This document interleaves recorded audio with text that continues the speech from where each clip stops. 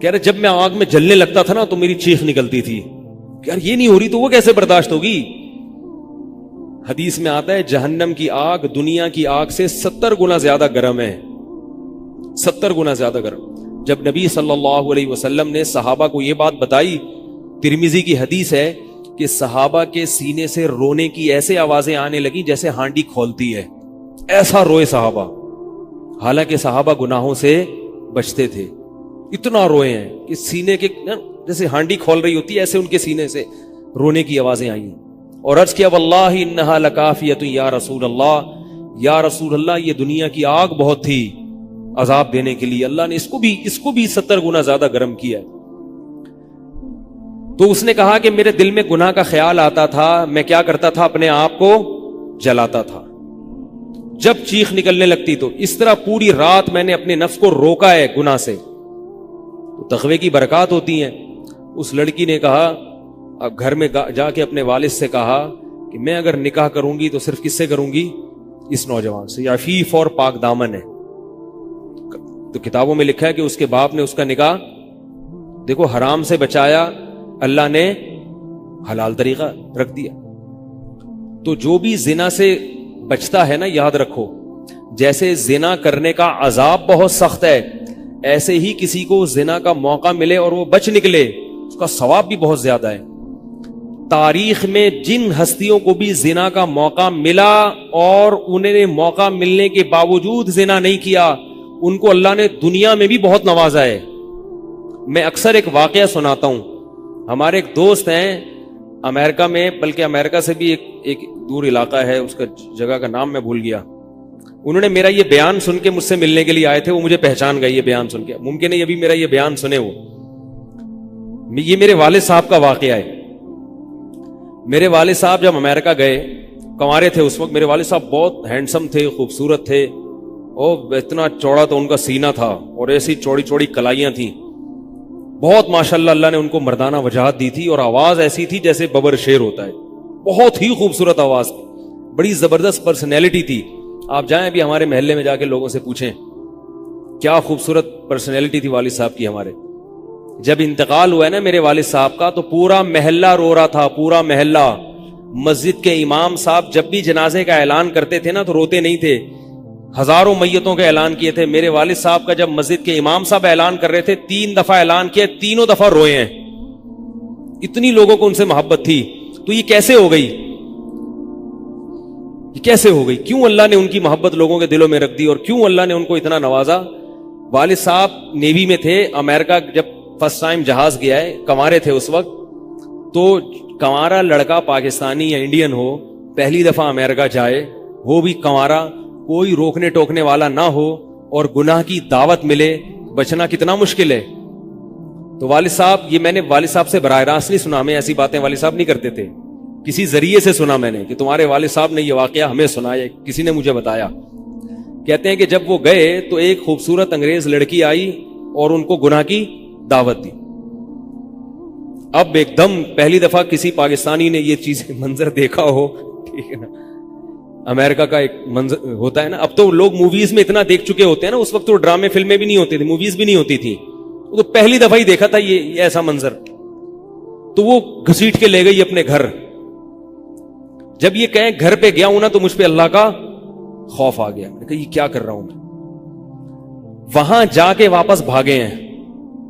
ادھر پہنچنے کے بعد وہ عورت غصہ ہو رہی تھی کہ اگر تم نے یہ کام کرنا نہیں تھا تو میرے ساتھ آئے کیوں میرا خرچہ کرایا, تم نے کیوں خرچہ کرایا میرا. تو آدمی اور شرمندہ ہو جاتا ہے نا کہ یار. تو والد صاحب کہتے ہیں کہ میرے دل میں خیال آیا کہ میں نے زندگی میں کبھی یہ گناہ نہیں کیا, اور میں یہاں پہلی دفعہ آیا ہوں, اگر میں اس گناہ میں پڑ گیا اللہ کی نظر مجھ سے ہٹ جائے گی. واپس بھاگے. بڑا مشکل ہوتا ہے ایسے موقع پہ. اس وقت ان کی عمر ہوگی 22 یا 23 سال, زیادہ سے زیادہ 24 سال ہوگی. تو بھاگے ہیں واپس. تو والد صاحب کہتے تھے, جنہوں نے مجھے یہ واقعہ سنایا, کہ مجھے کہنے لگے کہ تمہارے والد صاحب کہتے تھے کہ اس کے بعد میری زندگی میں کیا آیا ہے, انقلاب. پھر اللہ نے قرآن کی تلاوت کی توفیق دی. حفظ قرآن تھا, بھول چکے تھے. روزانہ ایک قرآن پڑھنے کا معمول بنا پھر, تاکہ قرآن دوبارہ یاد ہو جائے. جہاز پہ 3 سال امامت کی, داڑھی بڑی رکھ لی ماشاءاللہ, اور پھر اتنی عزت اللہ نے ان کو دی. اللہ نے ان کے, ہمارے سب بھائی ماشاءاللہ داڑھی والے ہیں, سب بہنیں شرعی پردہ کرتی ہیں, سب بھابیاں پردہ کرتی ہیں. گھر میں کیا آ گیا پورا, حالانکہ اس وقت شادی نہیں ہوئی تھی, لیکن یہ اثرات کہاں منتقل ہوئے ہیں؟ خاندان میں, پورے خاندان میں منتقل ہو گئے نا. انتقال ہوا تو جنازہ میں نے پڑھایا والد صاحب کا. اگر اللہ نہ کرے اس برائی میں پڑ جاتے, ہمیں پتا چلتا کہ ہمارا باپ ایسا ہے, تو ہم ایسے ہوتے. ویسے تو ابھی بھی کوئی اتنے نیک نہیں ہے, لیکن گیٹ اپ تو ہے نا. گیٹ اپ تو اللہ نے مولویوں والا دے دیا نا, تھوڑے تھوڑے تو دیکھنے کی حد تک تو نیک بنا دیا نا. ایسے نہیں ہوتے ہم. تو یہ جو برکات ہیں یہ نسلوں میں منتقل ہوتی ہیں. نسلوں میں اتنی عزت دی اللہ نے, اتنی عزت دی تھی کہ انتقال کے وقت محلہ رو رہا تھا, پورا محلہ رو رہا تھا انتقال. اور بہت سے لوگوں نے والد صاحب کی قبر کے پاس نہ جگہ گھیر لی تھی کہ ہم یہاں دفن ہوں گے. حالانکہ مسجد کے امام نہیں تھے, کچھ بھی نہیں, کوئی ایسی شخصیت نہیں تھے کہ وہ کوئی مقتدی اور رہبر سمجھے جاتے ہو. تہجد کا معمول تھا, تلاوت کا معمول تھا. اور میں نے خود بھی کئی دفعہ نوٹ کیا, ایسا لگتا تھا ان کے منہ سے خوشبو آتی ہے, ایسا محسوس ہوتا تھا. ایسا اللہ نے, کیونکہ تلاوت بہت زیادہ کرتے تھے. جب انتقال ہوا ہے نا جس دن, اس دن بھی آدھا گھنٹہ تلاوت کر کے اٹھے. گھر میں ان کا معمول تھا, گھر میں آنے کے بعد آفس سے جب گھر میں آتے تھے نا, سب سے پہلے نہا کے, عجیب ان کے معمول تھے, نہاتے لازمی تھے روزانہ. اور چونکہ فوجی تھے نا, تو فوجیوں کی جو ایک روٹین ہوتی ہے نا, وہ تبدیل نہیں ہوتی. اب جب فوج میں تھے تو گرم پانی سے نہانے کی عادت تھی, تو جون میں بھی گرم سے ہی نہاتے تھے. ہم کہتے, اب والد صاحب سے کہتے گرمی ہو رہی ہے, لیکن وہ ایک روٹین ہوتی ہے نا فوجیوں کی. بس وہ آنا ہے, دھوتی پہنی, غسل خانے میں چلے گئے, پانی گرم پہلے کیا, اپنا کام سارا خود کرنا, کسی سے کام ہی نہیں لیتے تھے. اور وہ 2 منٹ کے اندر ایسے پھرتی سے نہاتے تھے. ہم حیران, یہ کیسے نہاتے ہیں اتنی دیر میں؟ کہتے میں صابن سے باقاعدہ تسلی سے نہایا ہوں. اتنی جلدی پھرتی میں کام کرتے تھے. آتے ہی تلاوت کرنی, اور تلاوت اونچی آواز میں کرتے تھے. پورے گھر میں والد صاحب کے تلاوت کی آواز آتی تھی. مجھ سے غلطی یہ ہوئی کہ انتقال سے چند دن پہلے میں ان کی تلاوت سن رہا تھا, تو میرا دل چاہا میں اس کو ریکارڈ, اس وقت ریکارڈنگ کا اتنا زیادہ نہیں ہوتا تھا, میں نے کہا اس کو میں ریکارڈ کر لوں, لیکن وہ ریکارڈ میں نہیں کر سکا. میں نے کہا چلو بعد میں کر لوں گا, اور ان کا انتقال ہی ہو گیا. تو تلاوت اونچی آواز سے ٹوپی اتار کے تلاوت کرتے تھے. تو جس دن انتقال ہوا ہے, اور اللہ سے کہتے تھے کہ اللہ کسی کا محتاج نہ بنانا, ساری زندگی کسی سے خدمت نہیں لی, صرف جو ہے نا کمر دبواتے تھے بیٹوں سے اپنے. تو مجھ سے بھی دباتے تھے, میرا یہ انگوٹھا بڑا مضبوط ہو گیا ہے. وہ کمر پہ نا ان کے یہ ایسے مالش کر کے, ایسے کمر پہ میں مالش کرتا تھا والد صاحب کی, یہ تیل لگا کے نا ادھر, تو میرے انگوٹھے میں بڑی طاقت پیدا ہو گئی تھی. تو مجھے کہتے تھے یار تم ہو باریک سے, میرے باقی بھائی ذرا, لیکن یار تمہارے ہاتھ میں بڑی طاقت ہے. تو میں کہتا تھا کہ یہ میرے ہاتھ میں طاقت نہیں ہے, یہ مالش کر کے نا یہ انگوٹھا بہت مضبوط ہو گیا ہے. تو کیا تھا, تلاوت کی انتقال سے پہلے, اور بار بار دعا کیا کرتے تھے کہ اللہ بستر پہ لیٹوں نہیں. زندگی میں ہم نے کبھی نہیں دیکھا والد صاحب بستر پہ لیٹے ہوں, یعنی بیمار ہو کے لیٹے ہوں. اپنا سارا کام پھرتیلے پن سے کوئی بالکل. تو وہی ہوا, موت کے وقت بھی ایسا ہی ہوا. آئے ہیں, تلاوت کی ہے, پھر اس کے بعد گئے عشاء کی نماز پڑھنے. صف میں بیٹھے ہوئے تھے کہ گر گئے, صف سے اٹھا کے ان کو ہاسپٹل لے کر گئے ہیں.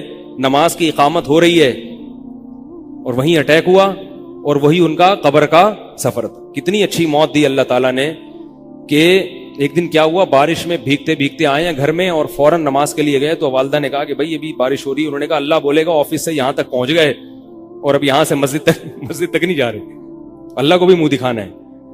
ایسے نماز کے پابند. سعودی عرب میں جب عمان میں ان کی جاب تھی, کئی گھنٹے کا گرمیوں کا روزہ ہوتا تھا, لوگ چھوڑ دیتے تھے. والد صاحب کہتے تھے مر جاؤں گا, رمضان کا روزہ نہیں چھوڑوں گا, کچھ بھی ہو جائے رمضان کا روزہ کیسے چھوڑوں. تراویح کبھی نہیں چھوٹتی تھی, رمضان کا روزہ کبھی نہیں چھوٹتا تھا. میں یہ نہیں کہہ رہا کہ کوئی برائی تھی نہیں ان میں, ایسی کسی کی تعریف کرنا غلط ہے, مگر اللہ نے مجموعی لحاظ سے ان میں بڑی صفات رکھی تھیں. یہ صفات کیسے پیدا ہوئیں؟